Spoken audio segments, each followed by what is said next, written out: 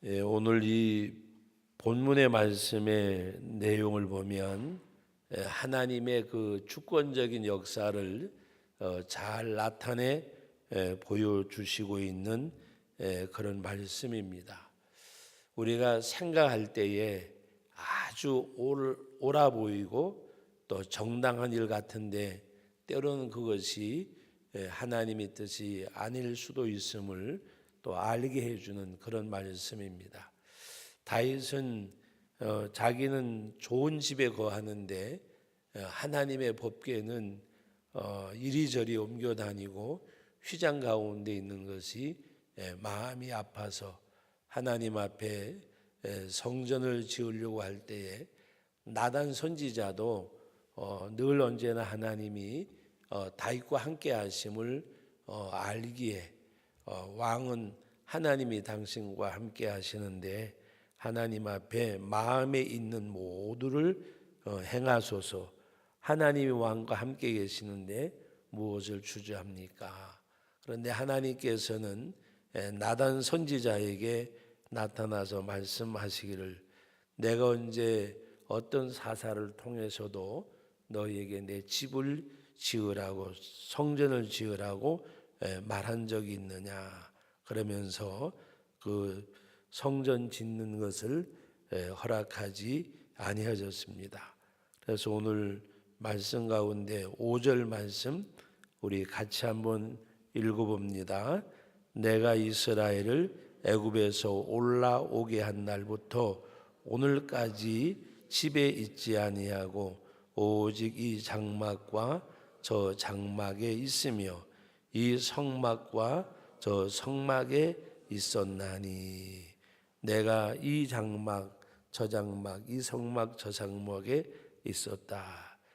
말씀을 읽는 사람마다 여러 가지 느낌이 다르잖아요. 영적인 상태나 어떤 삶에 따라서 저희는 이 말씀을 보면서 오늘 5절 말씀 이 장막 저 장막 이 성막 저 성막 그 말씀을 보면서 하나님이 언제나 하나님의 백성과 함께 하심을 여러분 장막은 이스라엘 백성들이 거주하는 그 장소를 또 거주하는 것을 일컬을 때에 쓰는 말이었고 똑같은 장막이라도 하나님의 궤거를 머물 때에는 물론 방법이 달랐지만 성막이라고 일컬어지는데 하나님이 이 장막 저 장막 이 성막 저 성막 이 말씀을 보면 하나님은 어떠한 일정한 장소에 계시는 그런 하나님이 아니라 정말 무소부지하신 하나님. 이 장막에도 저 장막에도 이 성막에도 저 성막에도 언제나 어느 때나 우리와 함께 하시는 그 하나님을 말씀하고 있습니다. 우리가 시편을 쭉 보다 보면 가장 그 흐름 가운데서 하나가 하나님이 그들과 동행하심을 고백하는 내용 그리고 그 하나님이 항상 은혜를 베푸시는 바로 시편 136편 말씀 가운데 창조에 대해서 말씀하고 하나님의 인도하심에 대해서 말씀하고 하나님의 역사하심에 대해서 말씀하실 때마다 그의 인자하심이 영원함이로다. 그의 인자하심이 영원함이로다. 그 말씀이 계속해서 반복되어집니다. 바로 그것은 그 하나님이 이스라엘 백성과 늘 함께 하신 하나님. 오늘 십자가의 보혈로 구속하신 우리들과 늘 함께 하시는 그 하나님. 그러면서 하나님은 내가 이 장막 저 장막 이 성막 저 성막에 있었다고 말씀하는 가운데 내가 언제 너희를 보고 이 백향목으로 전을 건축하지 아니했다고 말한 적이 있느냐라고 6절에 말씀하고 있습니다. 제가 6절 한번 읽어드립니다. 이스라엘 무리와 더불어 가는 모든 곳에서 이스라엘 무리와 더불어 가는 모든 곳에서 여러분 이 말씀을 한번 생각해 보세요. 이스라엘 무리와 더불어 갔다. 함께 하셨음을 말씀하고 있습니다. 모든 곳에서 내가 내 백성을 먹이리라고 명령한 이스라엘 어느 사사에게 내가 말하기를 너희가 어찌하여 내 백향목 집을 건축하지 아니하였느냐고 말하였느냐라고 말씀하셨습니다. 그러면서 내 종 다윗에게 이처럼 말하라. 만군의 여호와께서 이처럼 말씀하시를 내가 너를 목장 곧 양떼를 따라다니던 데에서 데려다가 내 백성 이스라엘의 주권자로 삼았다. 하나님께서 다윗이 어디에 있다고 말씀하셨어요? 목장 곧 양떼를 따라다니던 뭐 큰 어떤 뭐라고 이야기할 인재를 키우는 인재풀에서 데려온 것이 아니고 목장에서 양떼를 달아다니던 너를 내가 데려다가 하나님이 이같이 세우셨음을 말씀하고 있습니다. 하나님께서 다윗에게 성전 건축을 허락하지 아니하시면서도 또 하나님이 그를 부르셨음을 말씀을 하고 있는 가운데 내가 너를 얼마나 존귀하게 했느냐라고 말씀하면서 어디로 가든지 너와 함께 있었고 내 모든 대적을 내 앞에서 멸하였고 8절입니다. 세상에서 존귀한 자들의 이름같이 이름을 내게 만들어 주리라. 그리고 이스라엘을 위해서 나중에 한 곳을 정해서 하나님의 전을 세우는데 내 다음 세대 너 말고 내에게서 난 그 아들을 통해서 하나님이 나라를 굳건히 세워주시고 그리고 그 나라에서 성전을 짓게 하고 그리고 그 다윗의 왕조가 굳게 설 것을 말씀하시는 내용이 오늘 본문의 말씀의 내용입니다. 그래서 14절에 보면 내가 영원히 그를 내 집과 내 나라에 세우리니 그의 왕위가 영원히 견고하리라. 다윗은 하나님 앞에 뭔가 성전 짓기를 원했지만 하나님은 하나님의 때가 있음을 말씀을 하면서 그러나 그것을 완전히 무시한 것이 아니라 다윗의 그 작은 하나님 편에서 볼 때 적은 거잖아요. 그러나 다윗이 하나님을 그토록 경외하고 하나님을 사랑하는 가운데 전을 짓고자 하는 다윗의 마음을 보시고 하나님께서는 이스라엘 백성들이 한 곳에 정착을 해서 나라를 세워주고 할 때에 성전을 짓게 하고 다윗의 왕조를 굳건히 할 것을 말씀하고 있고 이 내면적인 데는 뭐가 있느냐? 다윗의 후손으로 이 땅에 오시는 예수 그리스도를 통해서 하나님의 나라가 온전히 이루어질 것을 말씀하시는 내용이기도 합니다. 오늘도 우리가 이런 시간 이 말씀을 상고하는 가운데 우리가 아무리 옳은 거라도 하나님의 때가 있음을 우리가 알고 나단 선지자도 아무 생각이 없이 하나님이 늘 당신과 함께 하는데 마음 먹은 대로 행하소서. 그리고 오늘 이 말씀을 보면서 왜 하나님이 다윗에게 나타나셔서 말씀하실 수도 있을 텐데 나단 선지자를 통해서 말씀하셨을까? 여러분 우리가 아무리 뭔가 이렇게 뭐라고 이야기하나요? 뚜렷한 구분은 없다고 할지라도 하나님께서 하시는 그 모든 일들이 질서의 하나님. 아무리 똑똑하고 권력 있고 있어도 자기가 해야 될 일이 있고 하나님께서는 하나님의 이 종을 통해서 하나님의 역사를 이루시는 것을 보게 됩니다. 그래서 나단 선지자를 통해서 다윗에게 하나님의 뜻을 밝히시고 이같이 하시는 것을 우리가 보면서 우리 마음에도 뭔가 느껴지는 다가오는 그런 것이 있어야 돼요. 그래서 때로는 하나님의 일꾼들이 뭔가 기도하고 생각하는 가운데 뭔가 이렇게 좀 했으면 하는데 뭐 그렇게 아무 생각 없이 있다가 그냥 뭔가 이렇게 그 일에 대해서 영향력을 끼치거나 하는 가운데 하나님의 일이 때로는 거치게 하는 때도 없지 않아 많이 있습니다. 오늘 우리들은 되도록이면 하나님의 일에 대해서 우리가 하나님 앞에 하나님의 뜻을 우리가 찾아가는 것.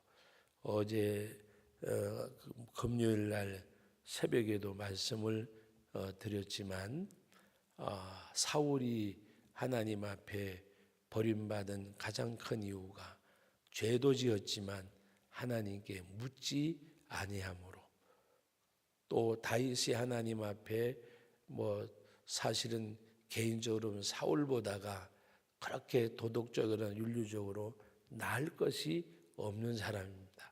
사람 자체로 두고 볼 때 하나님께서 오늘 말씀하셨잖아요. 바로 목장에서 양떼를 따라다니던, 그러나 다윗에겐 뭐가 있었느냐? 하나님 앞에 묻고 또 묻는 것, 하나님을 찾는 것, 하나님을 구하는 것. 여러분, 하나님을 부지런히 구하고 우리 하나님 말씀, 나를 찾는 자가 나를 만날 것이고, 하나님 앞에 우리는 정말 어떤 일을 행할 때에 저 자신부터 우리 모두가 생각하고 고민하지 말고 정말 생각을 떨쳐버리고 기도해야 돼요. 생각을 떨쳐버리고. 왜 우리가 많은 기도를 드리는데 응답을 못 받느냐? 이유는 딱 한 가지예요.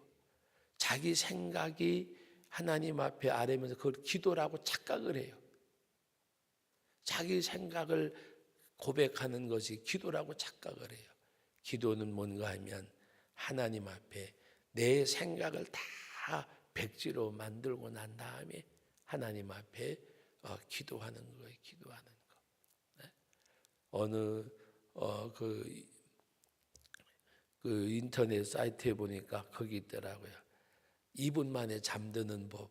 근데 그게 맞다는 게 아니고 뭐를 얘기하는 거 하면은 그냥 모든 생각을 다 떨쳐버리고 2분 만에 잠드는 법 떨쳐버리고, 나는 단잠을 잔다, 정말 깊은 잠을 잔다, 그렇게 생각을 하면 2분 만에 잠이 든다는 거예요. 네? 근데 논리적으로는 맞는 것 같지만 생각이 떨쳐버리기가 그렇게 쉽냐 그거예요. 솔직한 얘기지. 뭔가 고민하고 걱정할 때 다 떨쳐버리고 나는 깊은 잠에 빠져든다. 그럴 것 같으면 무슨 걱정이 있겠어요. 그래서 제가 그 글을 보면서 이럴 것 같으면 무슨 걱정이 있겠냐. 그런데 오늘 우리들은 정말 하나님 앞에 기도할 때는 이렇게 해주세요가 기도가 아니에요. 어떻게 할까요가 기도예요. 어떻게 할까요? 하나님 어떻게 할까요? 이렇게 해주세요. 이렇게 되기를 원합니다. 그것보다가 하나님 앞에 어떻게 할까요?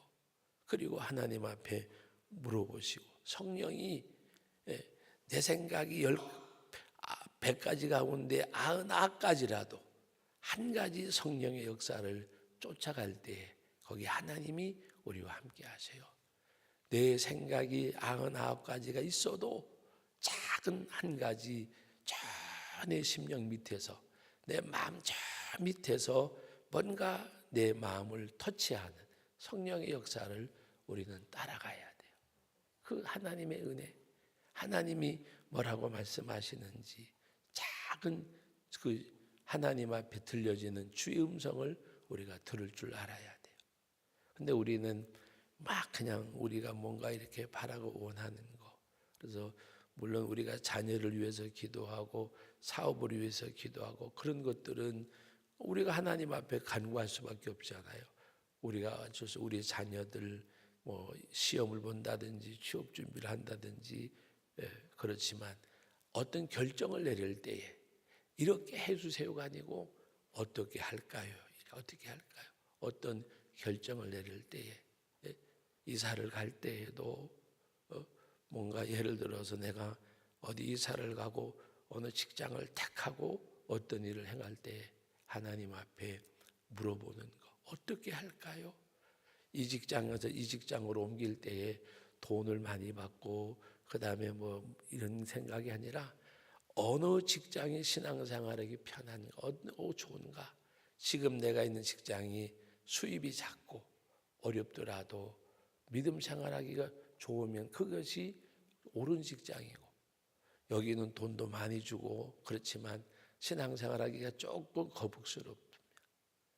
거기 가서도 잘하게 해주세요. 그리고 턱 옮겨가는 거는 아닐 거예요. 하나님 앞에, 하나님, A라는 B라는 직장인을 두고 어떻게 할까요? 어떻게 할까요? 어떻게 할까요? 목회자들도 마찬가지예요. 목회자들도 내가 A라는 교회, B라는 교회가 나왔을 때 어디로 갈까요? 할 때 대개 우리들은 하나님의 앞에 보다가 그냥 예를 들어서 A라는 교회가 100명 모이고 B라는 교회가 300명 모이면 어디로 갈까요? 그렇게 되게 할까요? 하나님 앞에 하나님이 나에게도 길을 열어주시는구나. 그냥 간단하게 생각할 거예요.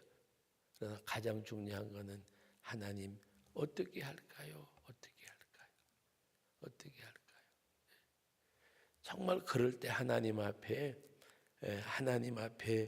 내게 주시는 마음을 가지고 하면 하나님이 함께하는 것을 보기도 했고 경험도 해봤어요. 근데 우리는 대개가 유익을 쫓아가요. 이익을 쫓아가요. 그것이 유익과 이익이 영적인 유익과 이익이 아니에요. 하나님이 원하시는 그 길. 그럼 거기는 험난한 것 같지만은 때로는 비단길이 될 수가 있어요. 때로는 비단길 같지만은 험로가 될 수도 있어요. 그래서 하나님 앞에 우리가 가장 중요한 것은 어떻게 할까요? 하나님 앞에. 그리고 내 생각이 90가지가 있더라도 한 가지 작은 주의 음성을 듣고 행할 수 있는, 다윗을 보면 하나님 앞에 정말 그런 가운데서 자기 아들 압살롬이 반역을 일으켰는데도 그 도망을 가면서도 하나님이 함께 하셨음을 막 고백을 하잖아요. 제가 가끔 가다가 시편 3편에 있는 내가 누워 자고 깨는 것도 여호와께서 나를 붙드심이로다. 그 다윗이 압살롬의 반역 때문에 도망가면서 고백한 내용이에요. 도망가면서 천만인이 나를 향해 진칠지라도 내가 두려워하지 아니하고, 쫓겨가면서도 그렇게 하나님을 신뢰하는. 근데 왜 하나님이 그런 다윗을 안 붙들어 주겠어요?